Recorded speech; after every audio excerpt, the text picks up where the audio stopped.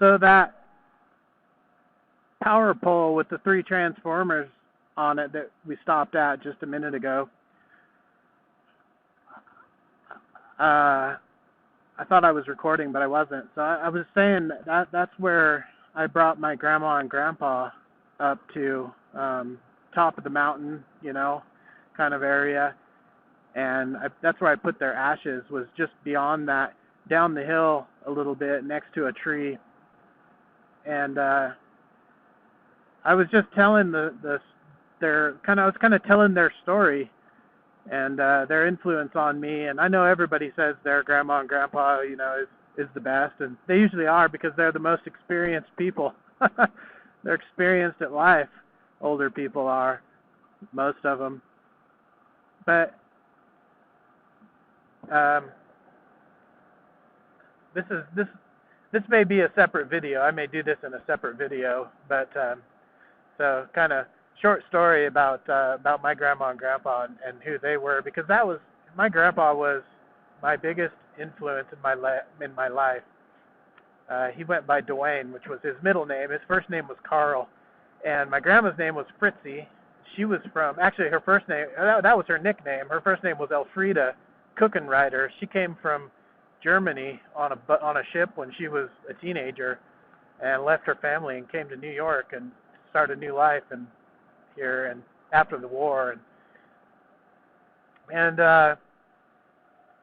anyway, the influence that they had on me as a kid, because when my mom had me, she was 16, and they had moved up here from California, and they built a house here, and my dad ended up being, he was the neighbor kid. And I think he was 18 or something, and she was like 16, or she was 15 when she got pregnant. I don't know how old he was. A couple years older, but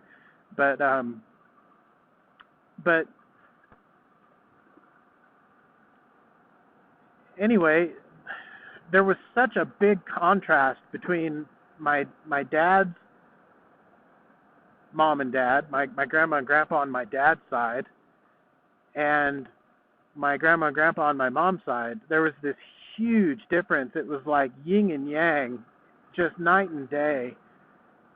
And my grandpa on my dad's side was just a really angry dude.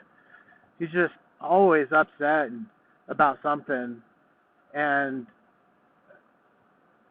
there was just always this bickering and arguing and screaming matches going on over there. And they lived right next door, so I always went over there, and I would just go back and forth and spend the night at both my grandparents' houses. And my dad, I don't even know where he was. I never even saw him. He was always out of the picture. He was always gone, partying with his friends and doing who knows what. But I just remember all the screaming and the hitting and kicking and throwing stuff and breaking doors, and just a lot of violence and just anger over there. But my grandpa Duane and Grandma Fritzy set such an example for us and that side of the family, because they always would just shrug it off, and they never got into any debates with my other grandma and grandpa. They just never put fuel in that fire, and they just set a great example of what good Christian people should be like. And I remember times when my grandpa on my dad's side would just be like yelling, like hollering at my grandpa Duane across the pond. There was a pond in between the two houses. I just remember him yelling at my grandpa Duane across the pond about something, things that neighbors would argue about, like, I don't know, property line stuff or water rights or had, who knows, whatever whatever kind of stuff homeowners argue about.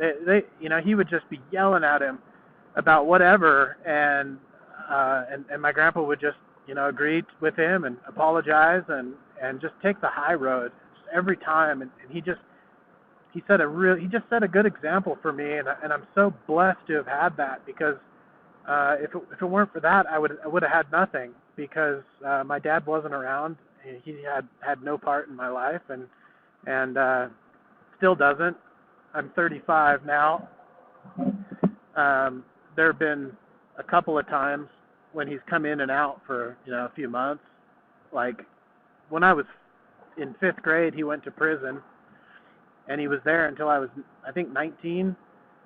Yeah, I was 19, and then he hung out for a couple months when he got out, and then he was off doing just back at it, again, drinking and partying and cheating on his wife and just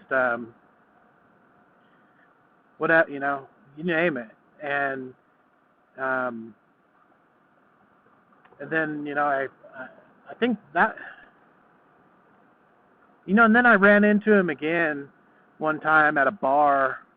Was with my friends, and I saw him a couple times after that, and I think I was like 23 or 4 or something like that, and I haven't seen him since. It's been over a decade, but he lives in the valley here.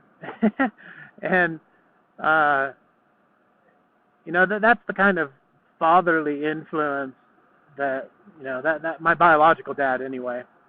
I have a stepdad who's great. I could talk about how good he is for days. He's a whole different. He's like the polar opposite of my biological dad.